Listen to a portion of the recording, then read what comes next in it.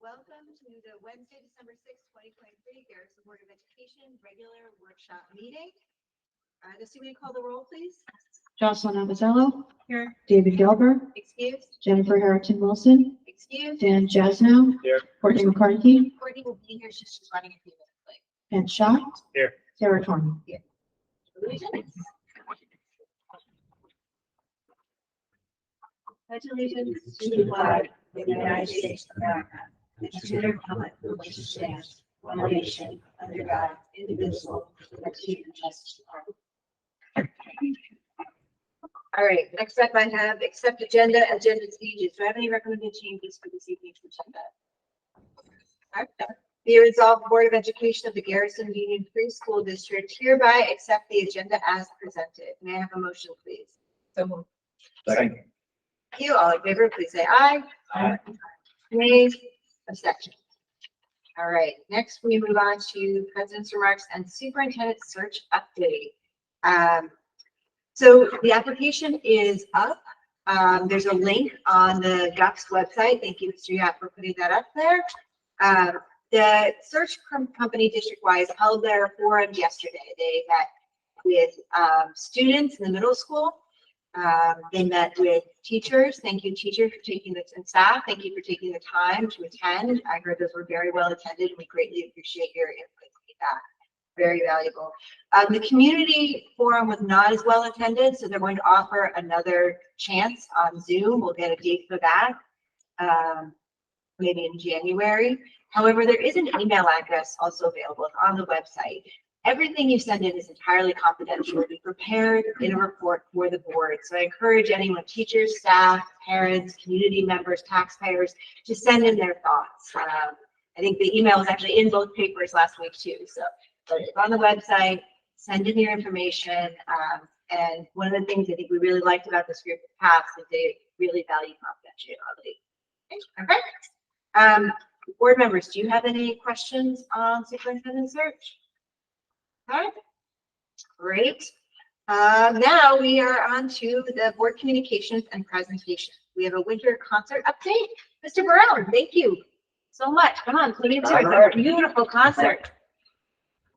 Thank you so much. First of all, let me say this is such a wonderful place to work for in the community, and I'd like to thank the board. I'd like to say thank Superintendent Albano, Principal Emig, the staff, and a lot of staff here, and for all of your support. We feel it in our department. Jared Gonzalez is here tonight, the elementary school teacher. And we're here to get some excitement for our upcoming concert, our winter concert. We're working hard right now. It's crunch time for us to get everything together.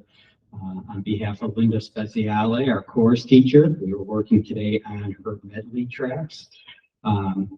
Callista Parrish, who's our theater teacher, who you don't see at the winter concert, but she makes all of it run smoothly. Our concerts, to be successful, it's a little more than the music. It's the production, most importantly, that you guys are not there till like 10 at night. My daughter's band for concerts at like 3 hours.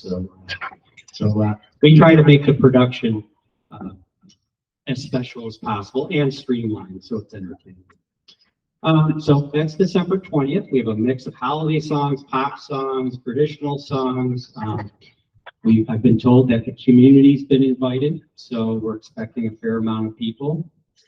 Callista was in the post office yesterday, and she was just picking something up, and she overheard two ladies talking about receiving the invitation and how wonderful it was. They thought that was so special in itself that, wow, we were invited. And they were going to come, and like Callista happened to go up to them and say, "Hey, I'm the theater teacher." So speaking of theater, we have our production. It's going to be Aladdin Junior, like a modified version of Aladdin. And yeah, we've been lucky enough. The budget, we got the scripts early, so they're working on it. We got the tracks, so we've been working on it since weeks ago. Where last year we couldn't start it until January. So we're excited about that. We have our talent show coming up in February. We have a lot of students participating in NISMA. We also appreciate the after-school program that you allowed us to do, that Jared is doing after school, where they can take lessons. There's an ensemble, there's a pep band. So be on the lookout in the second half of the year at some of the games. Don't be surprised to see an elementary school pep band playing some cheers and some charges. What else can I add? And then we have our spring concert. We have a lot of events. We try to play as much as possible. And once again, I appreciate, we can feel your support, and it makes a world of difference. And like I said, it's just a wonderful place to be. Thank you. Thank you. Just wanted to give Dusty a shout out for getting all of those invitations and the time. So I really appreciate the work. Wonderful. And thank you for bringing your musicians in. Can't wait for the concert. All right, next up we have the pre-kindergarten kindergarten program presentations with Mr. Zura, Mr. Ricky. We're actually going to do a preempt here, and we wanted to share some data that we just got this week. And so Allison's going to start. You're going to help me, Mr. Yen. We'll leave you here all Yes. by yourself. All right, you're going to drive, right? Yes. All right. So we'll pull up the one slide. Yeah. So Mr. Yap came into my office the other day and was like, I had awesome news to share. So let me have it. And he has this piece of paper in his hand, and he puts it right down in front of me, and he says, this is incredible, and this is very, like, it's not normal for this to happen in districts. This is not routine. And these numbers mean something really important. It shows ELA 4th grade through 8th grade and math for 4th grade through 8th grade. And you'll see these numbers 20, 18, 17, 20. And what that means is that when students in this cohort, in the 4th grade cohort and on up, score a 15, it's their student growth measure. It's their personal growth that they've made. And a 15 represents that the student has made 1 year's growth. And that's really what we're looking for, is 1 year's growth. That's like the average, is what most districts would hope for. Our students are scoring in the 20 as the top, which that means the cohort is roughly, in 1 year, each student is making roughly 18 months growth in a year. So it's an unbelievable, I think, story for our kids and their whole personal journey here at GUFS. It's a celebration. You can see down toward the bottom, there's like these little circles, and inside it tells you that, I think it's, I can't really read it, James, is it 15 through 17, the score means that all of the practices and the experiences that they're having in the classroom were all really effective, and they're all really working for our students. And a score of 15 would be the 1 year's growth, and then anything beyond that, between 16, 17, and 18, would be that, again, it's like 14, 15, 16 months growth for a student. Now you see that there's several cohorts that have a 20, and that means that the practices that are happening in the classroom, all of the educational experiences, our teachers, our teaching staff, they're using highly effective practices in the classroom because the students are all just thriving. So I just wanted to just share this. We didn't have this data at the data presentation the last time that I was here, and I wish that I had had that, because we spent a lot of time, I think, talking about, you know, students getting a 3 or getting a 4 on a state test. And really what we really want to measure is that students are making progress and they're reaching maximum potentials, and that our teachers have the curriculum and the knowledge and the experience to bring to the classroom every single day so that we can achieve results like this. And that's what it's really about. It's personal growth. So I'm just so proud to share this. And, you know, we can get into the weeds a little bit more about the data specifically, but I just think this is a great snapshot and a nice segue into, you know, the pre-K program that Debbie has built, and she's going to explain the impact on how starting a pre-K program here, how that the growth that you'll see from year to year because the kids are here and there's continuity with curriculum and instruction and approaches, and the results and the impact when they get to kindergarten, and the leaps and bounds that they're making because of Debbie and her practices and her efforts. I'm in that room all of the time, every single day. And what I'm seeing in pre-K and I'm seeing in K and the differences, and I'm here only 3 years, but it's so profound. So, and now, I mean, can you imagine if we continue like this, what this is going to look like in a year from now and 2 years from now? So it's just, I'm so proud to just share this with you, and I'm so proud of our teaching staff and our little ones who start with us at 3 years old when they come. Some of them are 4, but some of them are 3.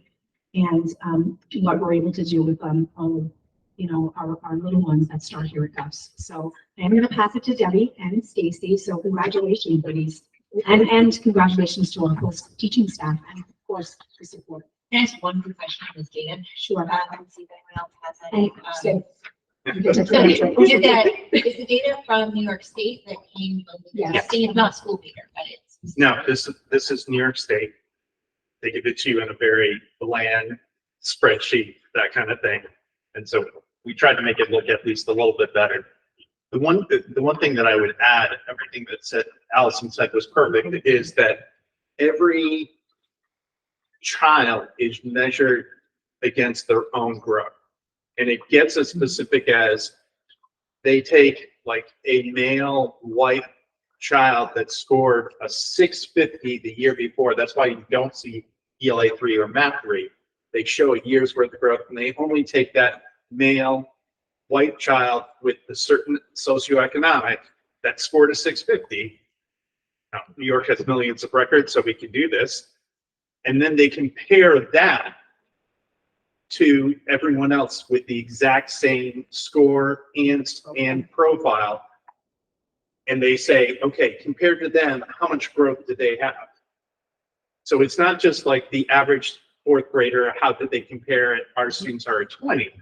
It's us compared to other students that are exactly the same. Each child is measured, and they're showing, compared to a child that scored the exact same score the year before, how much they improved and how much different they are. And that's where you get the 20 from, is that score of 650, they were that much higher than the rest of the cohort that scored the exact same score. Questions for Stephen? Thank you for adding it. Thank you. The one thing that Allison just reminded me of is that NA is because you have to have 10 students. We only had 4 students that took the math 8. That did not. So many taking the Regents course. Yes. Right. So they do the Regents. Right. Thank you. Okay. All right. Now on to K and pre-K.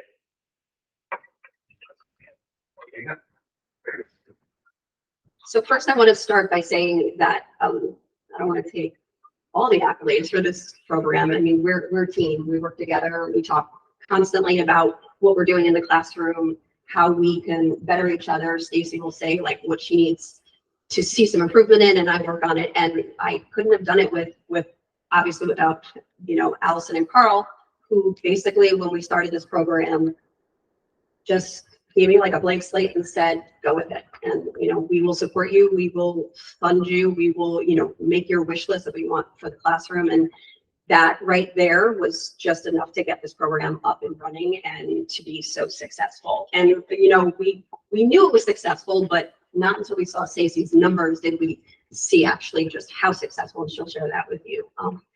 So a typical day in pre-K. So when the students come in the morning, they get here at 8:25 with the rest of the kids. They do not ride the bus. They're dropped off by their parents. They come in and there are tubs on each of their tables. So it's a chance for them to come in and play and interact with their table mates. So for example, right now we have one of the table tubs has like some magnet tiles and bells, like holiday related, and they have to see how many bells that they can get there with a tree to hold. So it's a little bit of a STEM thing. And then another one has tanagrams on it. And then another one has rolling dice and putting erasers like on numbers. So it works on identifying numbers. So it's fun, but it's also, has a little bit of, education in it just to start off the day. After that, we have morning meeting, and during morning meeting, we have lots of different things that we do. We always start with a read aloud, and we will do like a slide of a certain skill. We also do the SEL program for Move This World. And then we do Foundations, which is a majority of our morning meeting. And Foundations is our phonetic program that we work with the kids on. And for pre-K, it is teaching them their letters and sounds from A to Z. That's the first half of the year. And then the second half of the year is learning how to form the letters. So every day we go through, we teach a new letter, we go through the alphabet, and then we'll brainstorm words that begin with that sound and just have a lot of talk about, about phonics and letters and sounds. After that, we have snack recess. They love to, they eat in the classroom. Weather depending, we'll go outside, get some energy out because there's a lot of energy in pre-K, a lot of energy. And then they go to specials. So they have the same specials as all the other kids: art, music, theater, gym, music. Thank you, after that presentation. So when we come back from a special, we teach the kids about a routine, like what a routine is. They'll come back in every morning, they come back to the rug, and we do Haggerty. And Haggerty is basically teaching more or less about how a word is structured. So syllables in a word, how to rhyming words, things like that.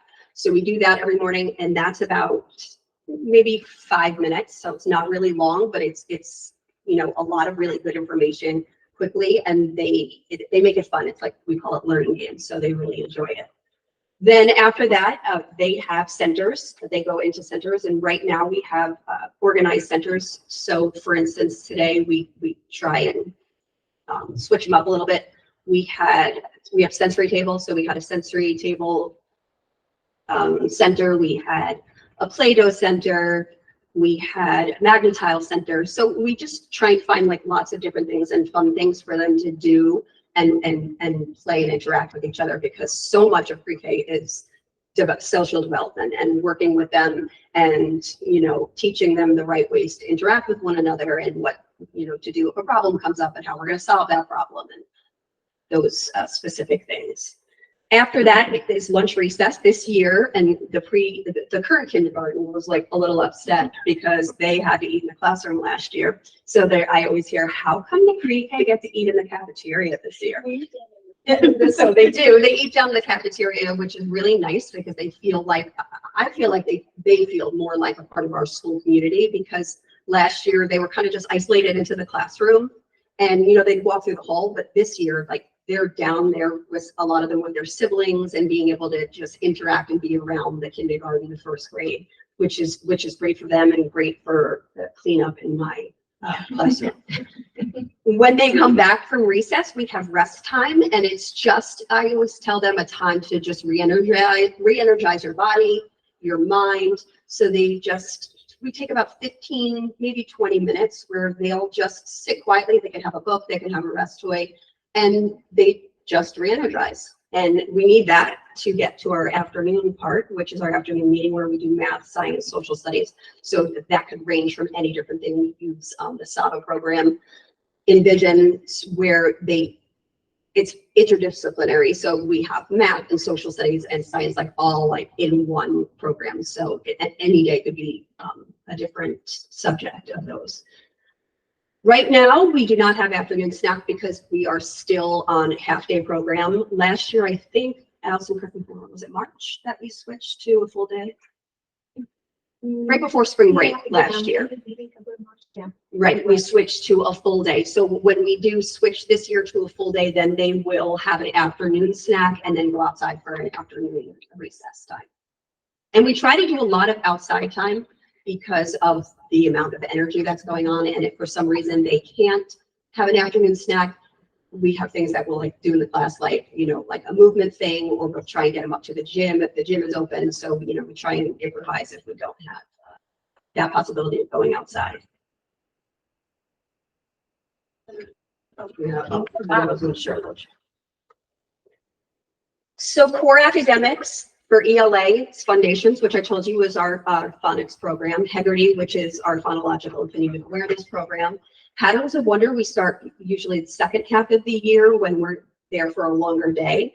Inquiry-based approach to just grammar, which is grounded in play and conversation, and they draw pictures and then they learn to label the pictures. So it's really more like a vocabulary piece, which is also teaching them how to write words and to learn the sounds that go with their letters and to practice, phonetically writing words that would label their pictures. And that's new for this year. And for math and science and social studies, as I said before, Envision is new to pre-K for 2023-2024. We had a couple of units that we piloted last year, which we really loved.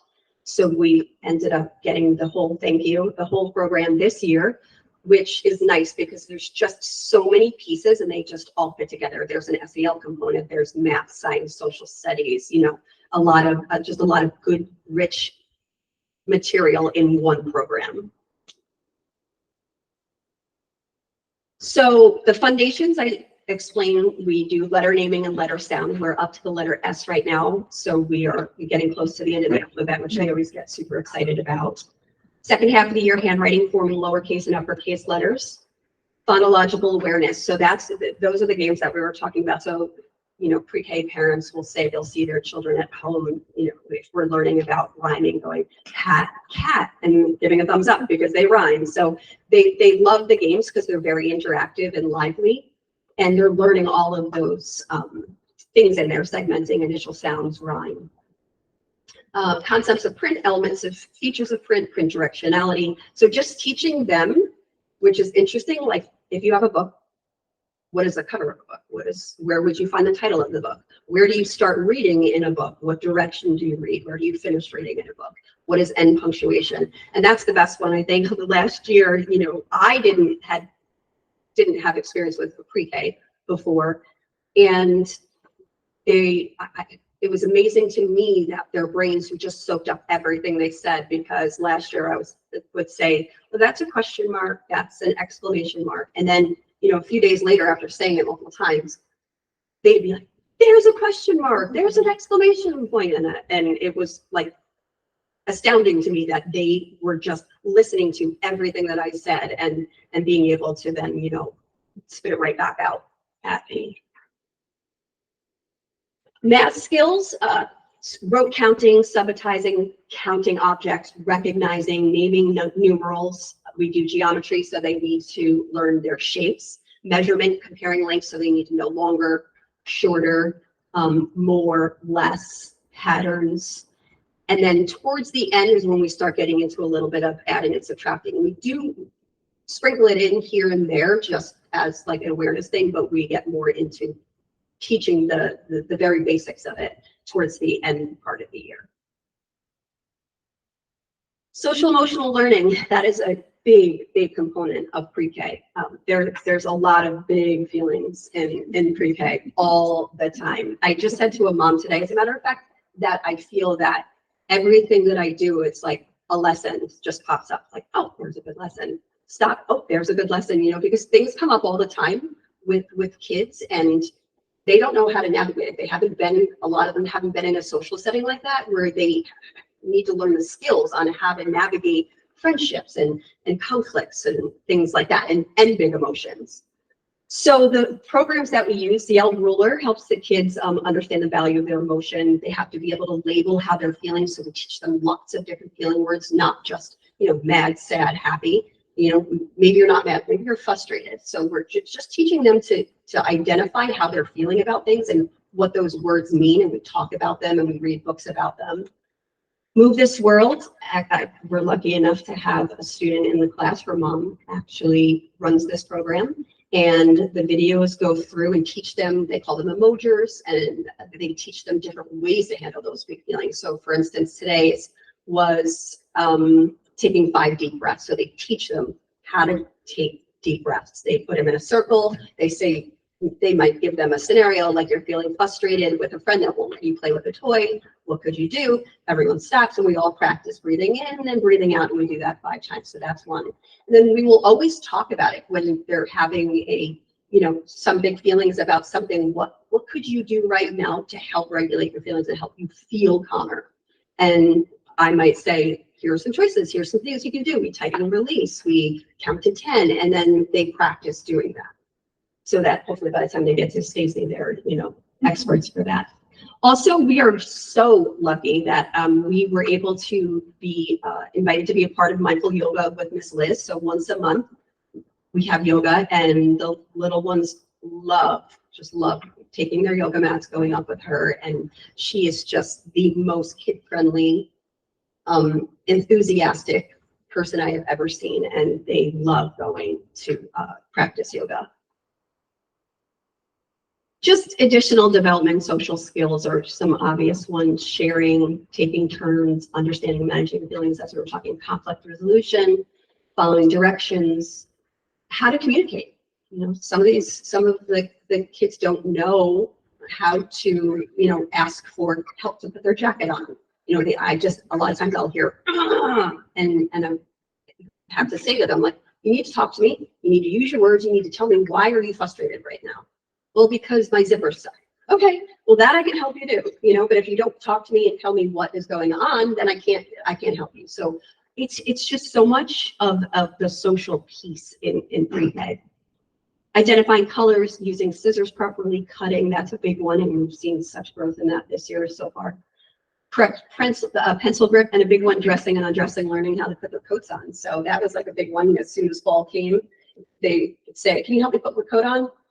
Nope, we teach you the flip trick, and we teach them the whole thing, and they put it on, and they're so proud of themselves. So those are just a few. I mean, there's so many. There's just so many. The whole day is just full of opportunities to teach them lessons, life lessons.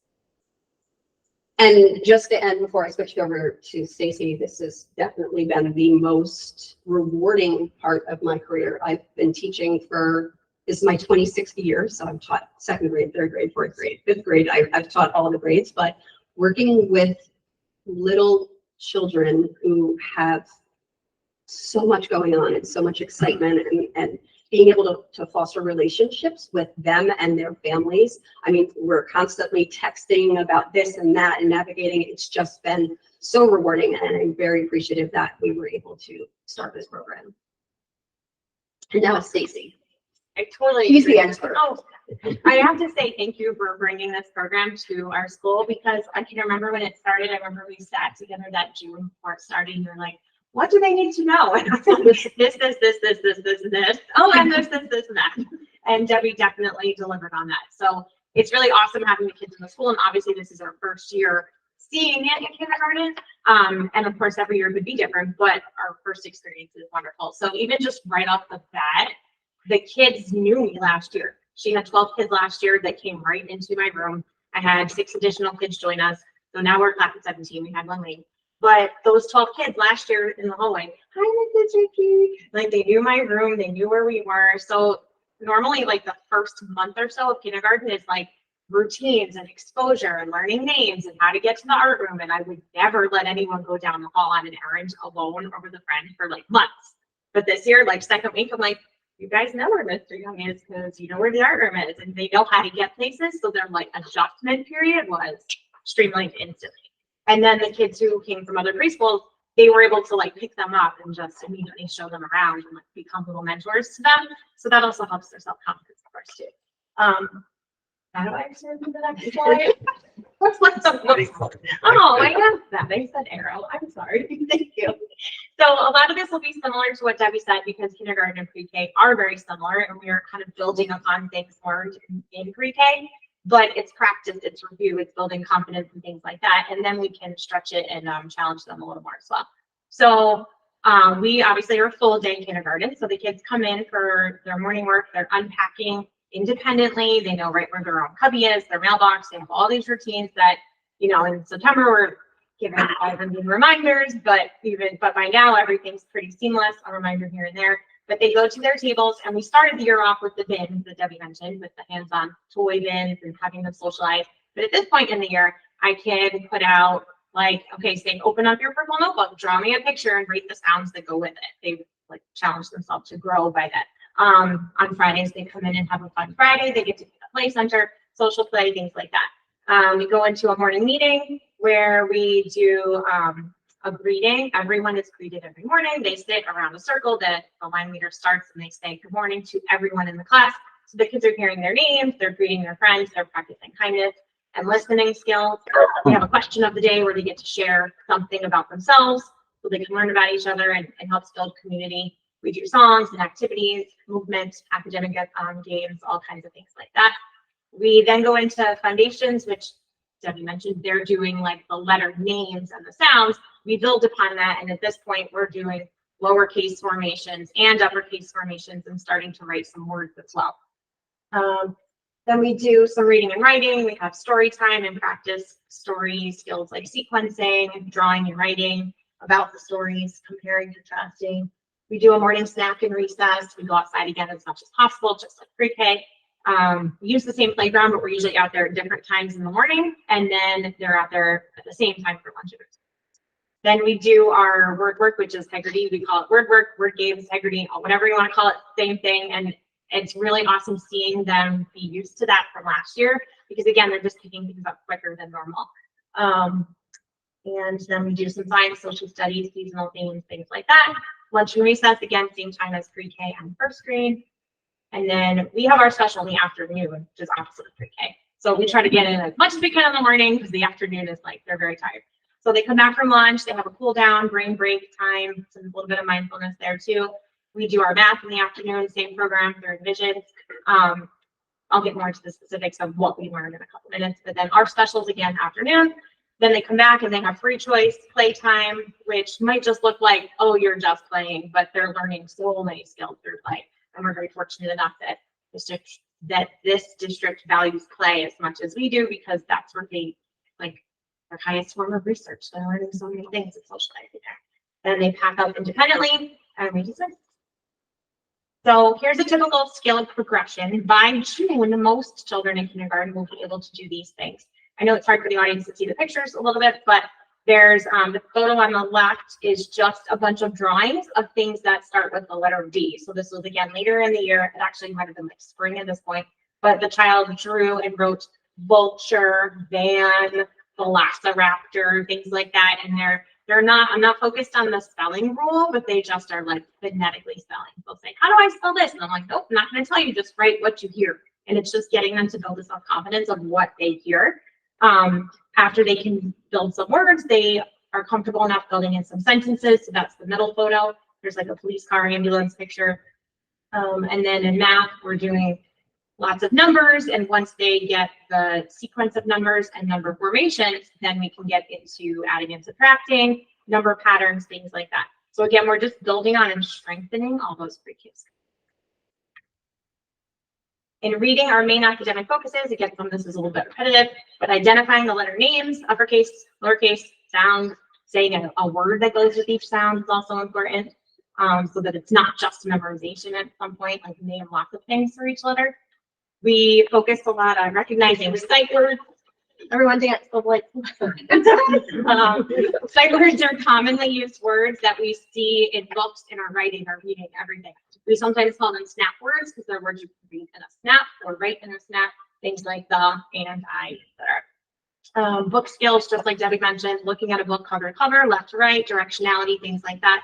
And reading isn't always just saying the words, it's also telling what happened in the story and building upon the sequence and reading between the lines and kind of inferencing of it too.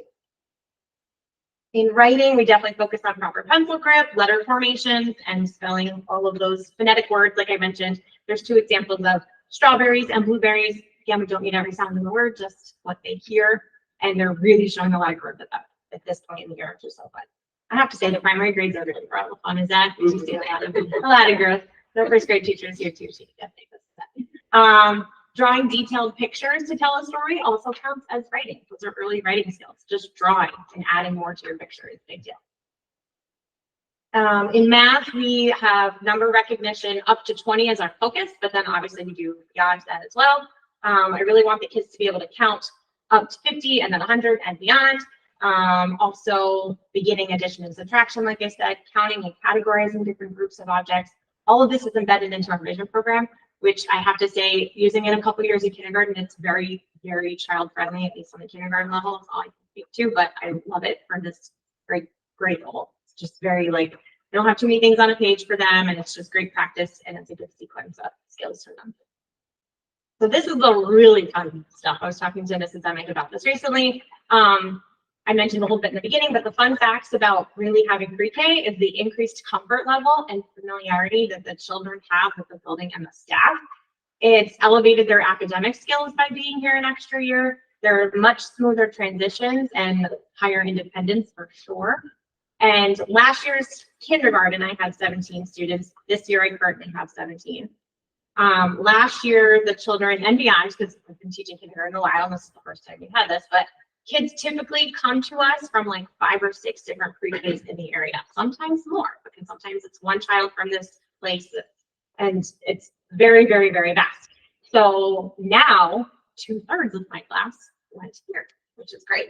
Like I said, 12 of them, it was out of 18 in the beginning, but 12 of the kids went to school here, which is huge. The other few went to a couple scattered places, but they're picking up, like, right? They've adjusted and gelled with the other group, which is great. Last year's K took a few weeks to learn names, routines in the building. Like I said, sometimes even a month or so. This year's class knew most names, routines, and buildings already, and the rest picked up. Last year's kindergarten mastered their letters and sounds typically in January, February, and that's most typical kindergarten classes, like a little bit later. This year's kindergarten has mastered their letters and sounds like huge. Like, so they came in having higher knowledge of uppercase letters, lowercase letters, and sounds. And then just last week, I did like their update on it for parent conferences, and I called Debbie in the hallway. I was like, guess what? Like, so many of them have all their letters, all their sounds, or they're right there. And that means we can move them along a little faster. So I'm really excited about that. And the same thing with their number identification. Most typical kindergarten that I've had have mastered their number ID and their number formations, again, in January, February. Again, they're like writing all their numbers wonderfully from 0 to 10 by now. Like, we're months ahead of where I was last year. And so that's really exciting. So I can't wait to see how that goes a little later in the year as well, because that's just huge. On a personal note, my son is in UPK in my home district, and I see the same kind of comparison. Like, I'm so excited for him next year because it's the same kind of readiness that my class has now. So thank you. All right, moving on to Mr. So I bring a lot of the mad scientists into this and try and throw a lot of research-based and brain-based research. And it's exactly what Ms. Ricky said. The elementary is where you see the biggest gains, and you can see the biggest changes. And so through GCEF, we got the sensory pathway, which is right downstairs. And you can see that they love to play on it, and it really helps with a lot of the skills that they're trying to teach, but in new and different ways. They think they're just playing on different stickers, but they're actually learning as they're going. One thing that we got that is right in the corner over here is the Hatch table, and we also have Hatch iPads. And this has proven to be very popular and just a great experience for them to have. It's kind of hard to see from here, but there's a camera right in the corner. The table teaches executive functioning and social emotional skills. And when a student is struggling, the camera is activated so that the teacher can review the video and understand where the strengths and weaknesses are. They following directions the right way? Because the computer is saying they're not, and then the teacher can review the video and even show a parent exactly where the strengths and weaknesses might be for any child. So it's pretty impressive and really helps the students. They also both have 3 iPads in their room. They're actually Android tablets. I just call them iPads. And they're in the really solid shells, or these purple shells, and they can they use them as centers, and we've been getting a lot of great data. The iPads are different and have a different curriculum. Like I said, the table has your social emotional and your executive functioning. The tablets have more academic on them, and we've seen great gains. This is just like one report that they can look at and that I've been reviewing with Miss Ricky and Miss Earl, just as far as how the students are performing. But all of them are at or be above where they should be at this time of year. So it was pretty nice to see as we're starting to get more and more data. This is just the UPK. You can see that they're at or above more than a third of the year on average for the class. And one of the things that both Ms. Ricky and Ms. Earl said that they kind of glossed over, but is so important, and this goes into the brain-based research, is all the breaks that they give, all the recess they have, there's a reason behind it. And this is where the brain-based research really comes into play. So on the left-hand side, you can see that that is what the brain looks like, and it's an MRI scan, a compilation of 20 students. On the left, you'll see students that sit quietly for 20 minutes and then try and take a test, compared to students that have taken just even a 20-minute walk. And the difference of how much they can access the brain and how much more that they can learn, just because you can see how much more of the brain is active. This is another example of the brain scan where you can see that the more fit the students are, and another reason for recess and why we value play is even when they're taking a test, the more that they're fit, even if it's an easy test, they can still access more of the brain. And if it's a really hard test, you can see that the students that are fit and have had a lot of exercise through the years, they can access literally the whole brain, compared to those students that might not have as much research or much play. There's not as much activity in the brain. These are the kind of skills that are covered in the kinesthetic. The left column is the foundation, and the right column is the purpose. We talk a lot, I talked with both Ms. Earl and Ms. Ricky a lot about crossing the midline, which is that cross-lateralization, body in space, balance, visual fitness. All of these skills are through the sensory pathway and just basic playing that they have access to. Probably the only word that's up there, and I'm going to try and say this, and I'm going to love it. Proprioceptors is just a knowledge of where your limbs are at any point. And so that's what that big word means. This just shows just how much movement helps with a student growth and student knowledge. And you can see that compared to students that sit, the more that we have students move, anywhere from standing desks to wobbly stools, all the way up to all different kinds of kinesthetic work, you can see that there is a great gain and that they learn better and better the more that there is movement. And so it's something that we definitely emphasize this year. You only see a slight decrease when it's extremely high cardiovascular, high intensity, but it's still way higher. You can see that it's at 19 compared to at 0 for sitting. So it's still high, but it's not as high as if you just do mild to moderate kinesthetic work. That's it. Thank you so much. Yeah, great questions. I have a quick question on just that last slide. I'm just curious, what's a minion chair? A minion chair is the wobbly stool. It's just another way of saying. No question, but just as a parent of a child that has gone through both of these programs, I just wanted to, say how impressed, I've been with this program, and certainly, I think we see among all the kids, the developments that you all talked about, and what an incredible advantage it is to the families in this district to have the UPK program. Obviously, it's, you know, it's available statewide. Not all communities have taken advantage of it. Not all districts have that program, and I think, the district should be, before I joined the board, commended for, putting this program together, making sure it was well resourced, very well staffed. So, thank you all for the incredible work you guys are doing, and it definitely shows in, the kids' results. So, Carl, long term, if you have these advancements, doing UPK kindergarten schemes 2 months already, what is the long term impact of that in 5 years? Like, what does that mean as these kids advance through the school? Do they do more? How do you take advantage of it? That's a great question. And I heard Debbie mention earlier how she's constantly communicating with Stacy, Ricky about their gains and where they are and their progress. And Stacy, I know she's making adjustments accordingly.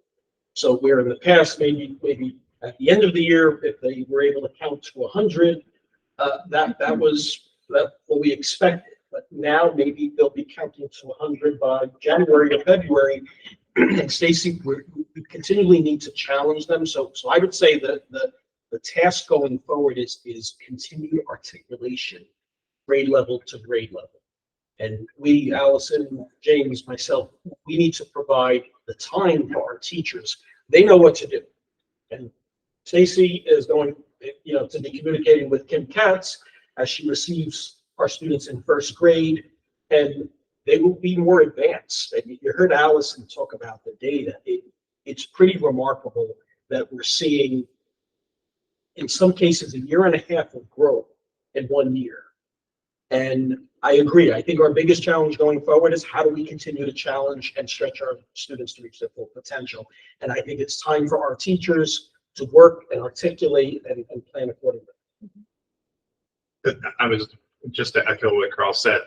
That's where this comes into play. Is we start at pre-K level, and it's like compounding interest. You just see more and more growth because you can start earlier and earlier with some of the skills, as long as it matches the maturity level. Those skills are there, and that's why you get results like what we're seeing right now. And I'll just add, we do, and we need to listen to our teachers, but we've made a big investment in different curriculum.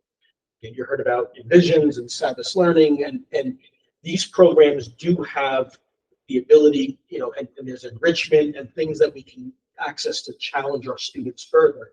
But really, we need to hear from the teachers. Is it enough? Do they need more PD on how to access, some of these advanced, units of study and activities for our students? So I know they're doing it. I think it's something that just needs to continue on a regular basis.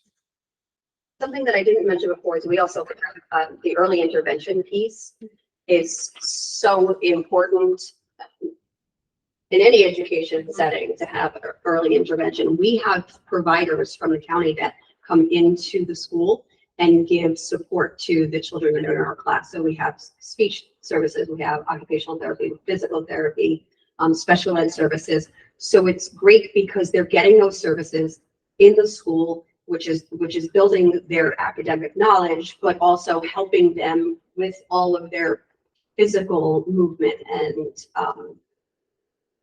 the great thing is that the kids who are also not yet diagnosed with anything, where we are, trained, and after you teach for a long time, you can spot things kind of quickly, and you look and you say, all right, something just is looking like off here.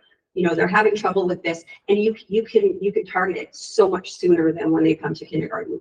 So by the time that they actually start the kindergarten program, like we last year had a couple of kids who all of the services were in place so that when September rolled around, they were ready to go and have their program mapped out. Program. Yeah. Thank you. Any other questions? I just want to thank you. I actually saw a presentation last year from another neighboring district who had a kindergarten and really went in depth on what you're offering. About a lot more than just the number of like reading. So I really appreciate it. I'm excited that Gus, one of the schools, has this program taking advantage of funding available. So I also want to thank you, Ms. Earl, for all the administrative work you did to put it together. That was a big list of extra mile. Thank you. All right, anything else? Okay, we're gonna keep going.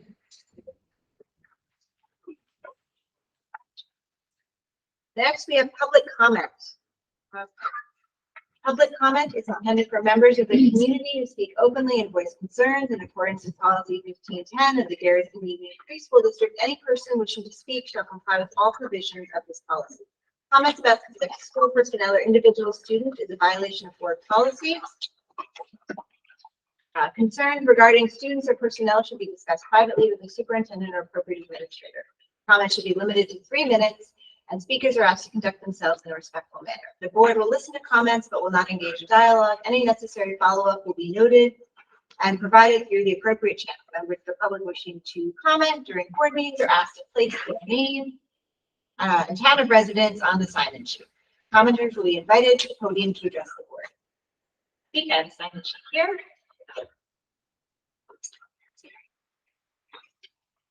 I'm going to keep going. We have another public comment section later in the evening. We're going to move on. Accept minutes. Be resolved, Board of Education of the Garrison Union Free School District does hereby accept the minutes of the regular business meeting of November 5th, 2023 as presented. May I have a motion, please? So, second. Anyone have any questions or concerns on the minutes as presented? We're going to go ahead and move to a vote. All in favor, please say aye. Aye. Nays, abstentions. Next up, we have committee reports. Yeah, just give me 1 second. I just accidentally restarted my computer with all my notes. So 1 second. I can go without notes. So if I miss anything. We met as a finance committee on the 6th of November, so it's been a little bit now. That's the earliest meeting we've had in a while. We wanted to start the process a little earlier. Started after the audit reports, which I think everyone will remember were very positive for the district this year. We're in good shape as far as some of the expenses versus revenue that's come in. And so we start the year in a very good place as we head into budget season. Traditionally, the budget committee doesn't really kick off its work till January. So we talked a little bit about that, where we are, some of the things that have happened, where we stand going into that season. Some of the things we anticipate as we look at the budget this year. You know, obviously our high school tuition, I think this is our peak year. Next year's our peak year as far as we can forecast the number of folks that we would have in the schools. So we'll have a little bit of an increase there. Health insurance went up, but not as much as we thought it was going to go up because the collective kind of pushed back. Is that's correct? Well, it's part the collective pushback and also the projection from the actuary and the actual is pretty far apart. So the consortium makes their own projections, and so they're looking at a 5% increase as year to year as far as premium based on what we know right now, which is obviously you want it to be less if you could, but that is reasonable in comparison to the growth in what the costs are. In relative terms, that's just what we've seen in past years. So that's good news. We talked a little bit about anticipating some of the things that might go into the budget this year. There's a need for some capital projects specifically related to roof repair. So we're going to look into that a little bit, figure out how that can work into our budget this year and possibly in the next couple of years. We have some end-of-life roofing. We do have some grants that go along with that. So we have to kind of figure out what the puzzle is and how much we have to work with this year versus next, what we might have to work with next year and how we can put that all together. We also talked a little bit about the Budget Advisory Committee, which is takes its charge from the Finance Committee. And we've asked them to work on bringing together experts when it comes to doing a solar project and taking a look at what we might be able to do with solar. We have a charge that's out with that, and That's live on the website? So this isn't the full charge, there's a piece of it, but this is on the website and it'll be under the latest news. It was put out through Parent Square. And this goes right in line with the media release that we put out seeking volunteers for community volunteers for the budget question. Right, so we are seeking volunteers to volunteer for that committee and help us out, but specifically folks that are experts in the field of solar. When is the deadline on that? I'm sorry. The December 22nd. So please, if you're interested, anybody in the community interested in helping us with that, please submit their credentials by the 22nd. You can find that on the website. We also just talked about some key dates coming up. The departments within the school put their budgets together and their requests by 12/22. And then by the early January, Joe and Carl review those requests, and then we meet again as the budget committee to talk about next steps, putting the budget together. We also find out about state aid at the end of January, but that's usually not a huge surprise for us. We usually get more than we think we're going to get. Right, pretty much know what we're going to get. And then as we put all that together, we will have our first budget presentation on February 20th. So Jocelyn, Sarah, and myself are on the committee. Joe and Carl are at the meeting as well. If I missed anything, yes, I think I should point out, please let me know. That's a great idea. Are you, as head of facilities, are you in touch with head of finance regarding this roof Yes, thing? well, Kent is on the facilities committee as well, and we had a meeting recently. I'll tell you when. More recently than this week. Yes, so we've discussed the capital expenditures and how that might factor in. Okay. Keep moving then onto financial reports. First, we have the claims audit report. Be it resolved, the Board of Education of the Garrison Union Preschool District hereby accepts the claims audit report for November 2023 as presented. May I have a motion, please? Second. Thank you. All right, do you have any questions on this report as presented? Just some general questions as a relatively new member, still. So, I was wondering if you could just sort of explain, the columns in this in terms of the warrant number. I assume refers to check. Is that equivalent to a check number? Well, the warrant number is basically a batch. So a batch of checks, and it's a sequential number.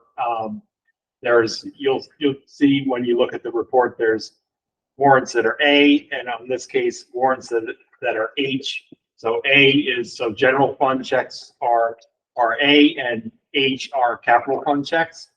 And then it will have the date of the warrant, and there's also payroll checks in there, which are on the A fund.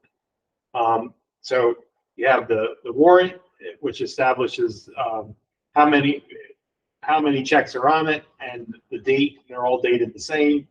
The period, the time period that's shown is the period of when the claims were evaluated, the total amount of everything that's paid out, and how many are there. So when you say 23 transactions, that's essentially 23 checks. So the claims auditor looks at, they look at the physical checks, so they see that there's a check that is matching what the warrant says, and that it's for the purpose. And they also look at all the supporting documents for the claim. So they'll look at, does they have a purchase order that's valid, that they have a bill, and it's been signed by supervisors if there is one, and by me, and then they'll make sure all the pieces match. If it's an item that we purchased, that there's a record that the item was received and logged in, and so that the claim auditor's job is to do that. And then you see you also have things on there for payroll, and the payroll ones they're not part of the audit, but they're a part of the warrant sequence. So it's to show that there's no gaps, that it's there. And payrolls are audited by me as the payroll officer, because payroll is generated by the payroll clerk, and then all the documentation that goes with the payroll, is done before the checks are printed. Now, we don't actually physically print, payroll checks anymore, and we don't print, direct deposit devices. That, they are accessible by the employees, but it is still, kind of the same method. And then if there's any items that were non-conforming, or if we had to void check or anything, that would be noted on. That's kind of the whole process. So is it safe to assume that anything that's in the summary, the claims auditor has found to be conforming? And if anything was not conforming, it would be under noted items or Right. separately listed? Yep. This one is, I think, particularly tricky because there wasn't anything aside from one voided check no bid. Usually there's another column. I will add though that if the board, this is for us. So if you want to see other information on this, let's find another template and go with that. Because we could list out the checks as to what they are. Because usually you only really see what it is when it's called out as an error. Without an error, it doesn't. Right. And then just one other small question. So the starting and ending sequence, that's a check number. And so should that align with the total transactions number? Yes. Well, yes, it should, but there may be multiple transactions on the check. Gotcha. Great. But yeah, if we have any further thoughts, we can always edit this and go to audit committee. We can spend some time with it. Great. And have the claims auditor, who is one of the two positions that reports directly to the board here.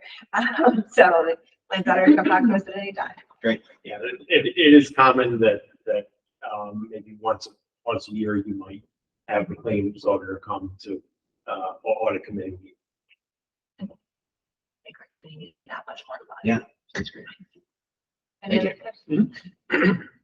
All right, I'm gonna go ahead and move to a vote if there are no other questions. All in favor, please say aye. Aye. Nay. Abstention. Right. Next, we have the approval of CSE CPSE recommendation. Be resolved that the Board of Education of the Garrison Union Free School District approve the Committee on Special Education CSE and the Committee on Preschool Special Education CPSE recommendations and student placements. May I have a motion, please? Favor, please say aye. Aye. Nays, abstentions. Next up, we have policy readings. Courtney, as chair of the policy committee, I'm going to go one by one through these. Everyone's read them, and we'll just ask for questions. And if you have anything else you want to add, please let us know. So the first one is, we don't have to read these all through, right? That's cool. First reading of policy 6121, sexual harassment in the workplace. This was a legal update, is that correct? Yep, legally required. And all of these have gone through hearing on BOCEs and lawyers and appropriate administrators and so on. This policy, all in blue, suggesting that it was completely new. And we had it before. It's just The state completely changed. there's nothing from prior. Yeah, I'm looking through my notes from the last meeting, but refresh my memory. Blue is. Yeah, completely I new. put some admin content in there, so all new language is always noted in blue. So they basically are writing out the entire policy, and that had to do with the changes at the state level. There was actually an interesting article in the On Board, that newsletter we got, that had all of the policy changes listed out as well. So this one's definitely listed. Do we have any questions or recommended changes before second reading of this? It'll be in January, correct? Good question. So, is it correct that we're just adopting the model policy in its entirety? We haven't made. Did the committee make changes? It would have happened at committee level. Yeah, if we had made any changes, we go through each policy, to discuss, usually if there's a question, like it gets pulled out to go to the appropriate person. We, especially with this one, because it's legally required and it was already so heavily vetted, there's nothing really there for us to change. All right, there's no other questions on policy 612, and I'm going to move on to the first reading of policy 3420, non-discrimination and anti-harassment in the district.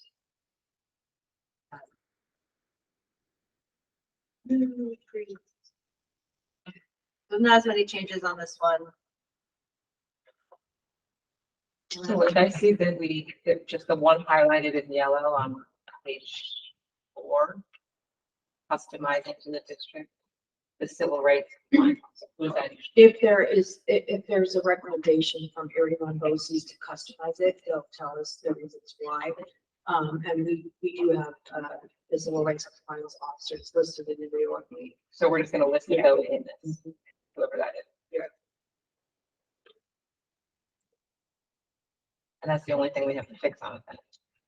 We'll put that in. Yeah. Anyone have any questions? Changes, thoughts on this one? Anything you wish to add? Okay. Again, these will come back for a second reading in January, so if anything between now and then. But Courtney, I'm going to keep this going. We're going to go to the first policy, the first reading of policy 5140. This is the administration of the budget. Sounds exciting. This is the shortest policy I've ever seen. I like short policy. That's why Joe signed up. This is just a big cut. Meaning we don't have to do some stuff that used to be required. Is that correct? Yeah. Yes. Oh, sorry, Joe. Yeah, that's right. There isn't a requirement to allocate that you show the allocation for each school. That was a transparency and equity thing that was a tremendous amount of work for schools other than Garrison that have multiple schools at grade levels, but it proved to not generate the information that they needed, and it was too much work. So. Any questions? Okay. That finishes up our policy readings. Policy committee, giving us up to date. A lot easier now that whole binder has been done. All right. Next, we move to personnel items, appointment of student council co-advisors. We resolve Board of Education of Garrison Garrison Union School District, upon the recommendation of the superintendent, does hereby appoint Krista D. Diego and Lauren Johnson as student council co-advisors for the 2023-2024 school year as per the stipend amount reflected in the GTA collective bargaining agreement. May I have a motion? Second. Yes, sure. We're implementing the student council. The advisors, Ms. Diego and Ms. Albano, we thank them for stepping in for this. They'll be meeting with our elected middle school student government reps at least once a month. I think initially there'll be some meetings. There's a financial piece to this where they will meet with Joe Jimick and Genevieve Mohair, our treasurer. There's some money in student accounts from past fundraising in past years that the students need to decide on how that money is spent and utilized. So that'll be a great learning experience for the students. Additionally, they may request a meeting with our principal. Maybe there are school rules or a proposal for a new fundraising activity or a social activity. And that's basically the process. They can advocate to their peers. And I think we have two great advisors, so we appreciate them taking the time and working with our students. Questions?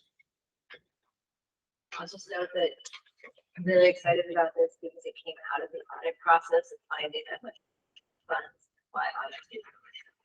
There we go. All right. All right. Any other questions for Carla and the student council advisors? All right. All in favor, please say aye. Aye. Nays. Abstentions. Okay, moving on to new business. Be resolved, the Board of Education of the Garrison Union Free School District hereby approves the new business items as presented. May I have a motion, please? So moved. Okay. There's a lot on here. I'm going to begin with the vote results. I want to thank everyone who came out to vote yesterday.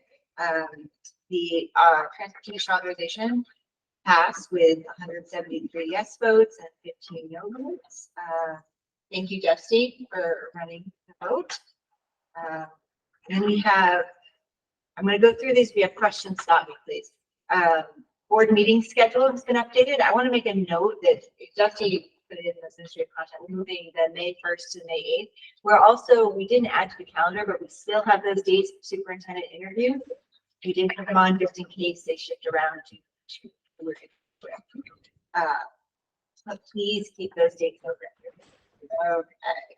Are there others you wish to speak to, Carl, on here? Before I turn to Joe, I think the next two are special. Yes, I think probably the most significant one is, and we're very excited about this, is a shared services agreement with the Haldane School District.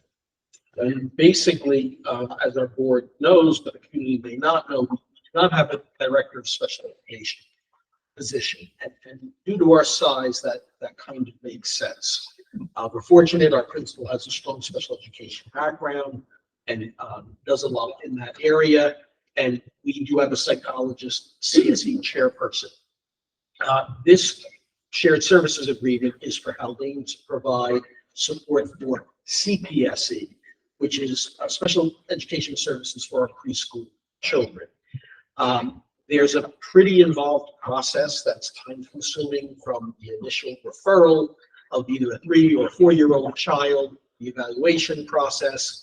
If it is determined that they do qualify for special education services, the district has a responsibility to coordinate and secure those services and either provide them here in our pre-K program, which is a little easier because it's on site, but it also could be off-site at a different pre-K program, wherever that child is attended.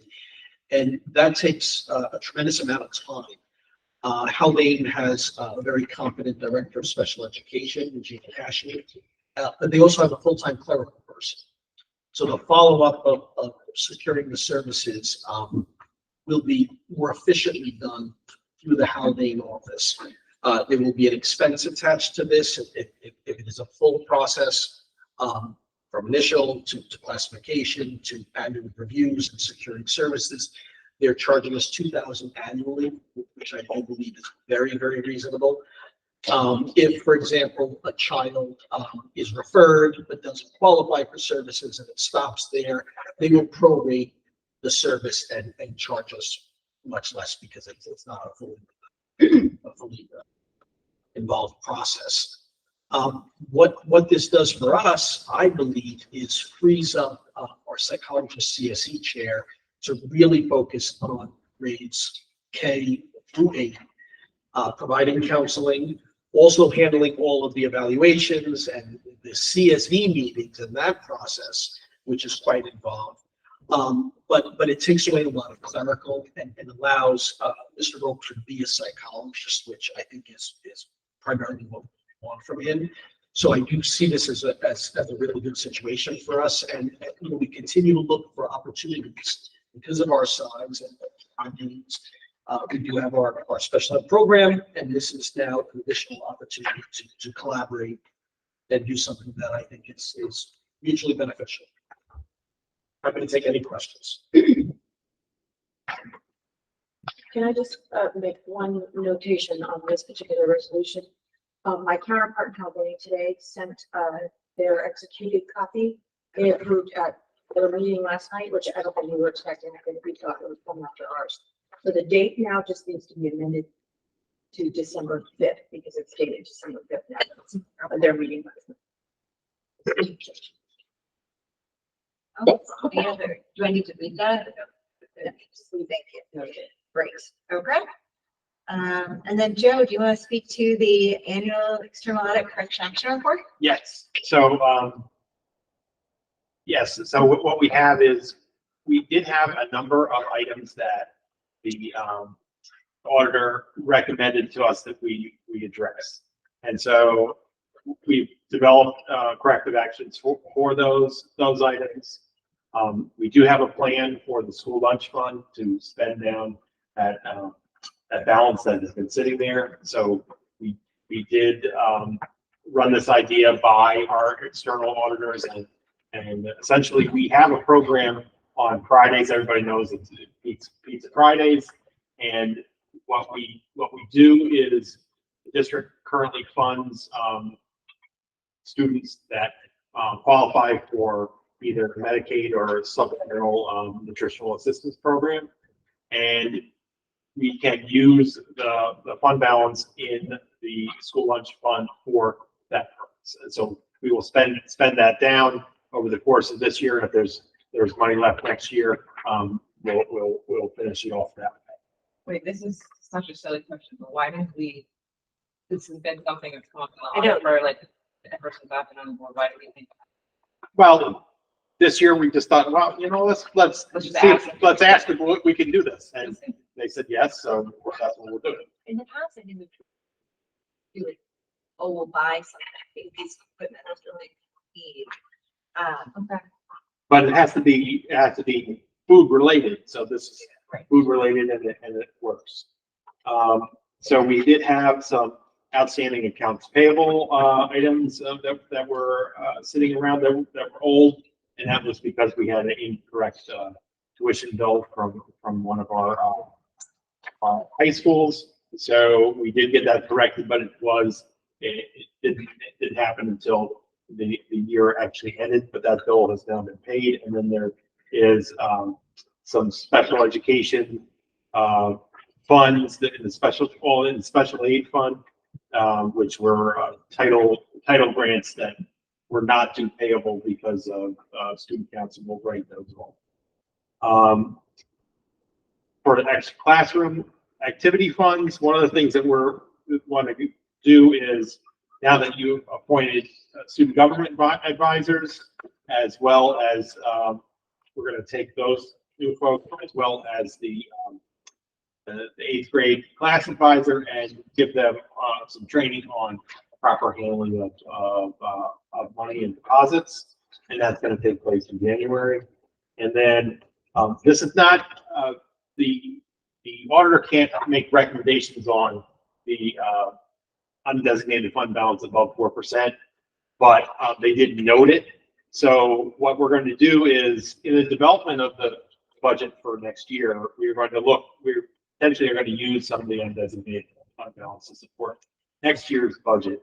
And any amount that we have that is it's still above the 4% after we've done that, we will look at replenishing some of the reserves. So we had planned for the budget we are in currently to use some reserves to support this year's budget, and some of the reserves, specifically retirement, and some of those other ones, are down to a level that are below what the targets have set for years. So we'll develop the budget, plan the amount of undesignated fund balances going to support next year's budget, and then before the close of the year, if we have funds available, we will transfer into the reserves to get them closer to the targets. That's what's the substance of the corrective action report. Any questions for Joe on the corrective action report? This will, if once approved, then you'll send it out before the deadline and get posted on the website as well. Yep. Great. And then there's construction related Yep. stuff. Switch that and go to construction.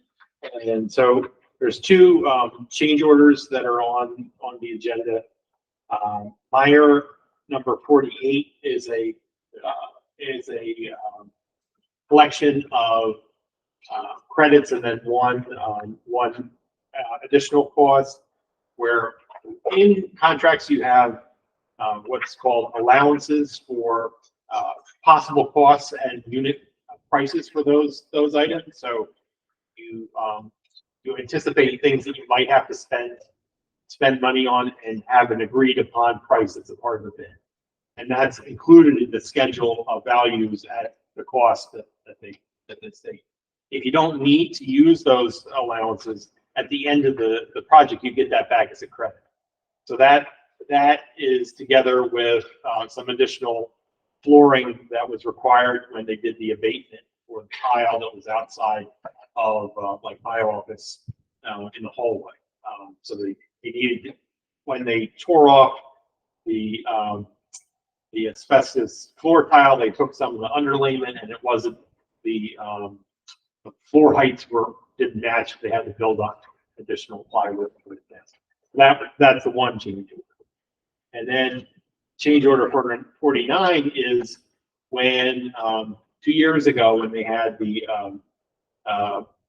disturbance where plumber cut a hole in a wall that was asbestos containing, and it had to shut down the project.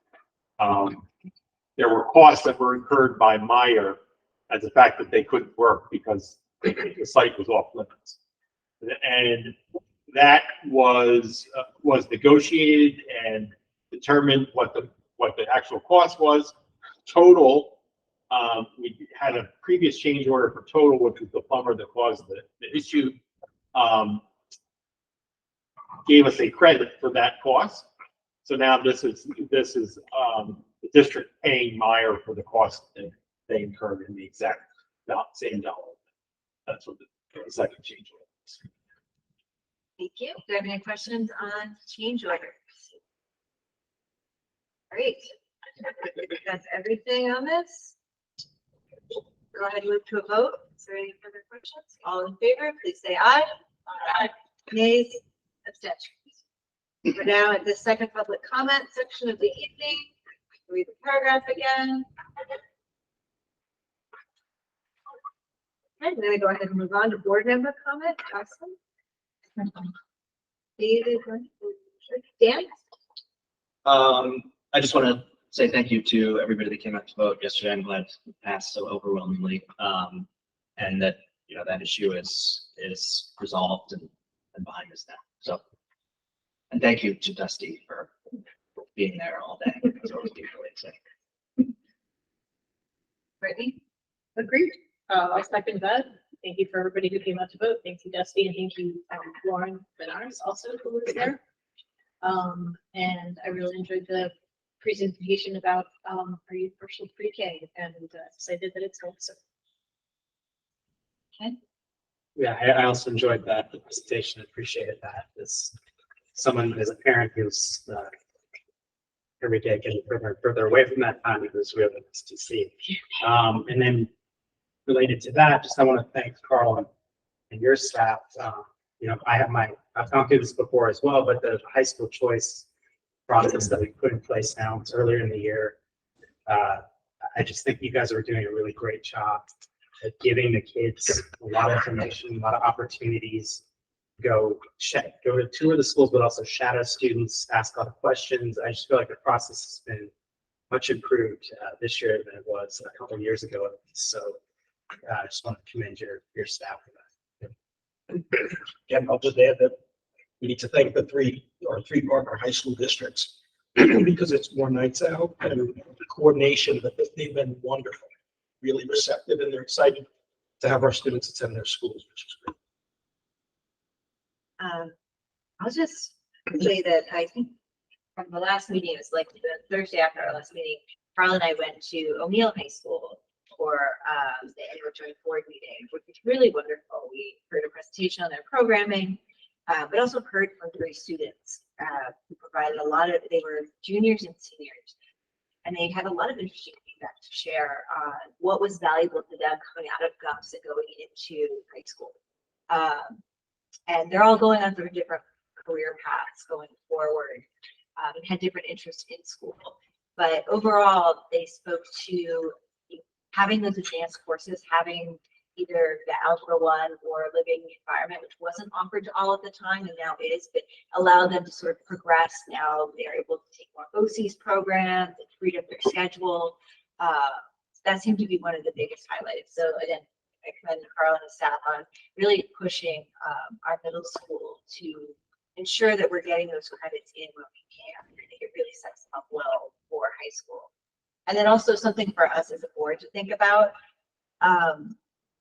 I'd love to set up a schedule for next year where we have all 3 of our high schools maybe come to us and present on what their curriculum is, so the board gets to see what's happening in those instead of us going to the various districts. I think that might be very helpful. So think about it, share your thoughts, and then when we're looking at building that schedule, we can start reaching out, saying, you know, that would be useful to us to sort of see them all together. Yeah, I think I have to agree with that.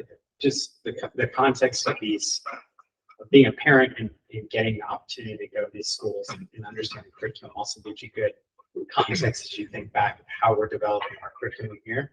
The things you talked about, having living environments, having the algebra regions in 8th grade. It really makes such a huge difference for academically inclined students who really want to push themselves if they have that done here. They have much more opportunity in high school. What I didn't realize was also how it opened some of them up to sort of career training earlier on. When the other one was taking those veterinary program that will set her up for what she wants to do as a career. And that's half a day of BOC's program because she has the Regents courses already. She can do that. And they were impressed that all of our students passed the Regents last year. Say that we'd accomplished that. So. All right, that was all I have. So we're going to go ahead and move on to the executive session. Here is all the Board of Education of the Garrison Union Free School District hereby enters into executive session for the purpose of receiving legal counsel. May I have a motion, please? So moved. Second. All in favor, please say aye. Aye. Nays, abstentions. Great.